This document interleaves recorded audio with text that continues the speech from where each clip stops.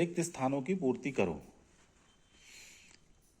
आयत चित्र खालिस्तान वर्ग अंतरालों के प्रयुक्त दंड आलेख होता है। इसका आंसर था सतत। दूसरा प्रश्न था एक चर वाले रैखिक समीकरण का खालिस्तान हल होता है। एक खालिस्तान होता है, एक चर वाले प्रत्येक रैखिक समीकरण का एक हल होता है। अगला प्रश्न था वे रेखाएं जो एक ही रेखा के समानांतर होती हैं परस्पर समानांतर होती हैं।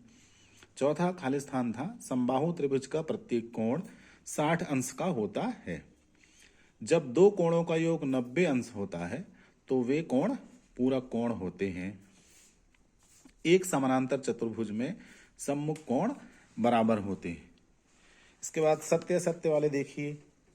x बराबर 0, y बराबर ऋण 1, y ऋण अक्ष का समीकरण है। सत्य।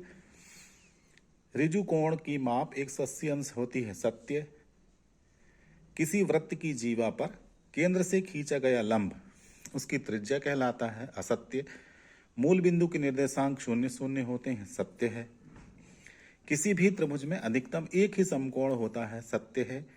वर्ग अंतरालों के मध्य बिंदुओं को वर्ग चिन्ह कहा जाता है। सत्य है। इसके बाद ये सही जोड़ी मिलान करना था। पहला प्रश्न था सही जोड़ी मिलान करने में समचतुर्भुज है एक समानांतर चतुर्भुज, y अक्ष पर स्थित बिंदु है 0 और 3, x अक्ष के निर्देशांक 0 होंगे और y अक्ष का 3 होगा। तीसरा था ऊपरी सीमा धन निम्न सीमा बटे 2, इसका आंसर होगा वर्ग चिन्ह। अगला था ठोस की आकृति का उदाहरण है, तो ठोस की आकृति का उदाहरण है बेलन। इसके बाद है त्रिभुज का क्षेत्रफल। त्रिभुज का क्षेत्रफल है 1/2 आधार गुणित ऊंचाई। अगला प्रश्न था समीकरण 4x धन 3y बराबर 12 का एक हल है।